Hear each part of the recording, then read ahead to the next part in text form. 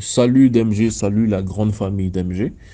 Béni soit le Dieu très haut qui a fait de son saint serviteur Yehoshua ou Jésus, Seigneur des Seigneurs et de nos ancêtres les veilleurs de notre peuple. Je vais très rapidement raconter une histoire. C'était en 1997, dans le mois de septembre. Ma mère avait acheté des cartons de poissons qu'elle avait voulu partager avec ses sœurs.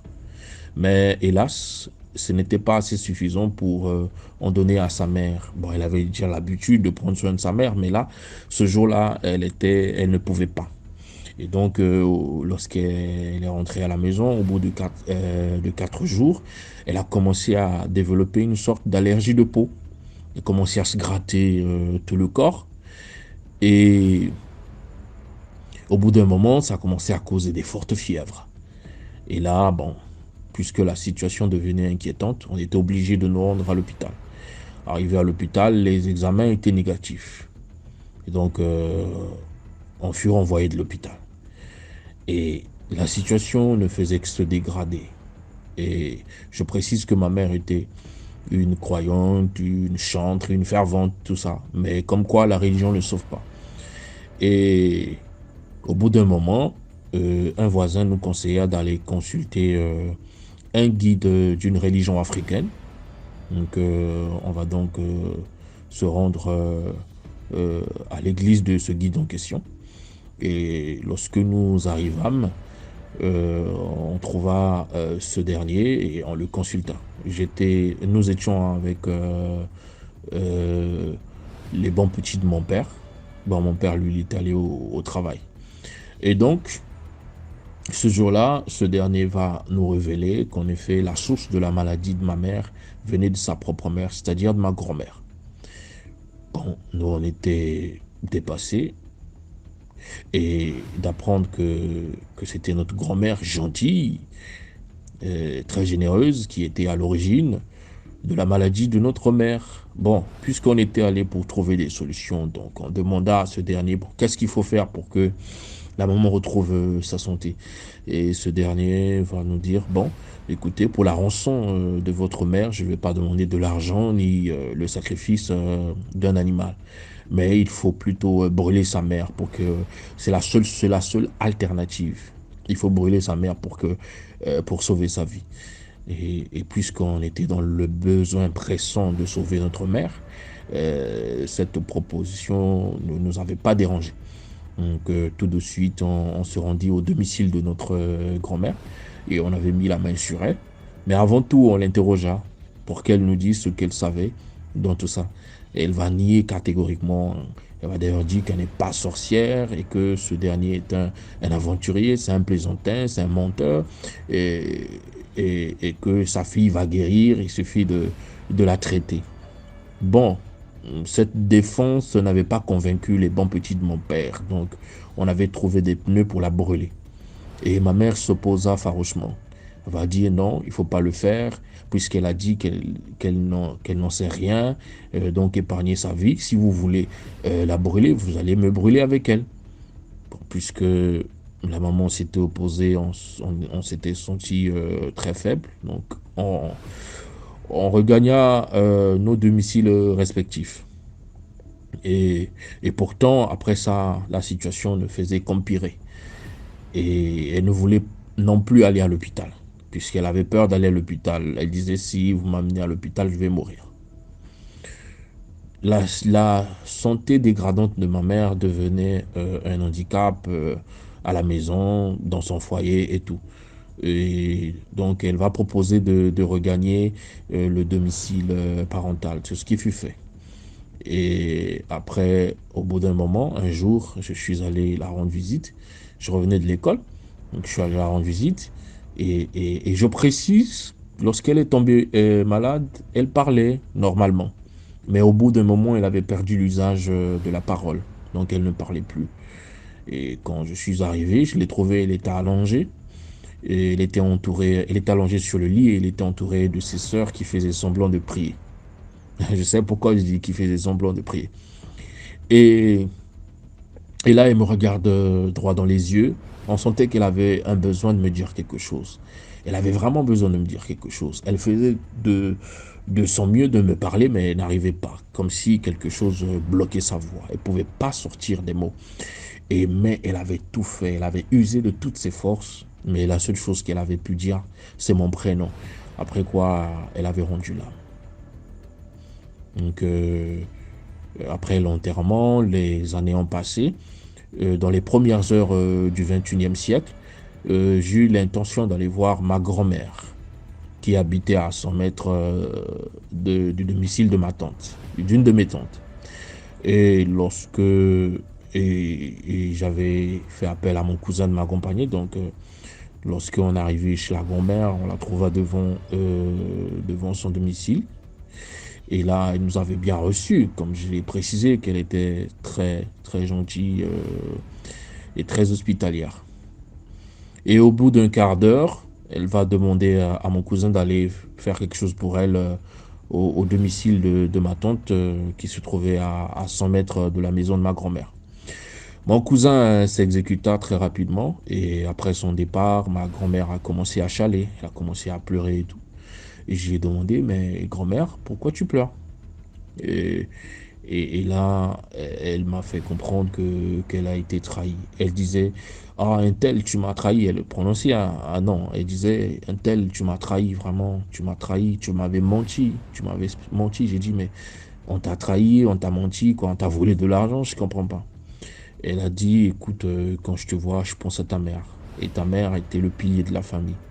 Mais seulement j'ai été stupide, j'ai été trompé. J'ai dit, je comprends pas, sois un peu plus explicite. Elle va me faire comprendre, écoute, garde ton calme, sois serein, je veux te dire quelque chose. En effet, c'est moi qui avais bouffé ta mère. Et ce guide spirituel, jadis, avait dit la vérité. J'ai dit quoi? Comment ça? Mais attends, tu rigoles? Il dit oui, c'est moi qui ai bouffé ta mère, mais je suis désolé. J'ai dit, mais attends, enfin, sur place, j'ai eu le besoin de lui faire du mal parce que je lui ai dit, tu ne sais pas ce que ça m'a causé, en effet. Tu ne sais pas la disparition de ma mère, ce que ça m'a fait vivre et tout. Et maintenant, tu me ressors ça, mais c'est quel culot. Et elle me dit, bon, s'il te plaît, calme-toi, écoute-moi attentivement. En effet, je n'étais pas une sorcière. Je n'étais pas une sorcière. Elle va me raconter un peu sa petite histoire qu'elle n'était pas une sorcière, elle était commerçante, mais le problème c'est que son commerce n'était pas florissant. Et donc, comme son commerce battait de l'aile, elle enviait une de ses copines qui était aussi commerçante, mais qui avait un commerce très florissant et qui avait la facilité de liquider sa marchandise. Et un jour, elle va avoir l'idée de consulter cette copine. Elle va dire, un tel, dis-moi un peu, comment toi tu fais pour liquider très rapidement ta marchandise, comment tu fais et tout. Cette dernière va la faire comprendre, écoute, bon, si tu veux connaître mon secret, il faut que tu me rejoignes demain à 4 heures à tel endroit. Et donc, c'est ce que ma grand-mère avait fait. Le lendemain, elle a rejoint cette dernière à 4 heures du matin. Et elles se rendirent à un endroit un peu éloigné de la ville. Et elle va me dire que, bon, là, nous avons rencontré un féticheur. Et c'est sa copine qui l'avait intronisé auprès de ce féticheur. Et le féticheur va demander à ma grand-mère de poser son problème et ma grand-mère va faire savoir ce qui l'a dérangé. Et le féticheur va la rassurer, écoute, t'inquiète pas, tu vas trouver une solution, tout va rentrer dans l'ordre, mais à condition que tu ne cries pas parce que nous allons faire un rituel. Bon, ma grand-mère, elle avait un besoin pressant de trouver solution à son problème. Elle dit non, je vais pas crier, je suis prête à tout. Et donc, le féticheur va faire comprendre à ma grand-mère, écoute, nous allons faire je vais faire une petite incantation et un serpent va apparaître, mais il faut pas fuir et il faut pas crier. Et après quoi, je vais te remettre un couteau, tu vas couper un morceau et tu vas manger. Et donc, au bout de 10 minutes d'incantation, un grand serpent avait apparu, un boa, et ma grand-mère, le féticheur avait remis le couteau à ma grand-mère et ma grand-mère avait coupé un morceau et elle avait mangé. Et après quoi, le féticheur l'avait remis à un flacon qu'elle devait utiliser. Et donc, quand ils ont fini le rituel, elle a rejoint le lieu où elle exerçait son commerce. Donc elle a fait ce que le féticheur lui avait demandé de faire. Et au bout d'un moment, son commerce a commencé à fleurir. Mais le féticheur l'avait fait comprendre que ça serait un rituel perpétuel. Donc tout le temps, le serpent devait apparaître et elle était censée couper un morceau pour manger. Et c'est ce qu'elle faisait. Donc à chaque fois que ce serpent apparaissait, elle coupait un morceau et elle mangeait. Elle dit que je ne savais pas, en fait, en le faisant, je bouffais mes propres enfants. Quand à chaque fois que je coupais un morceau, je mangeais mes propres enfants. Hélas, je ne savais pas, j'étais trompé par ma copine. Elle avait 14 enfants, elle avait perdu 10 enfants. Et là, j'étais choqué d'entendre toutes ces choses. Furieux que j'étais, en tout cas, je me leva pour partir. Elle me dit, écoute, et je lui ai dit, puisque tu m'as dit tout ça, sache que tu vas mourir. Elle va me dire, calme-toi, oui, je sais que je vais mourir. Parce que c'est pourquoi je te l'ai dit en fait. Mais écoute-moi attentivement. Tu vois ta tante qui habite à 100 mètres de chez moi, il faut faire très attention avec elle parce qu'elle aussi, elle est sorcière.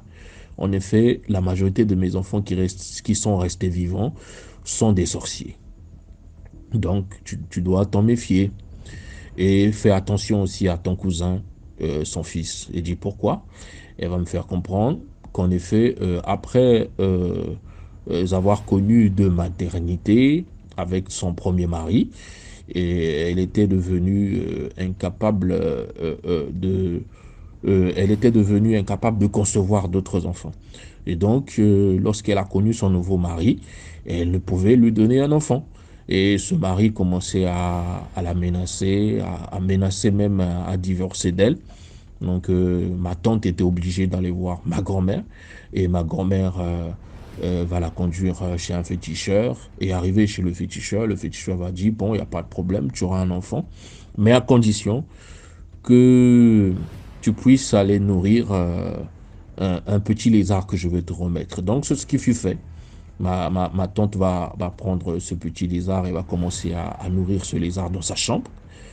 Et au bout d'un moment, il est tombé enceinte et elle a mis au monde mon cousin. C'était d'ailleurs son dernier fils. Et ma grand-mère va dire, en fait, ton cousin n'est pas normal. C'est un démoné.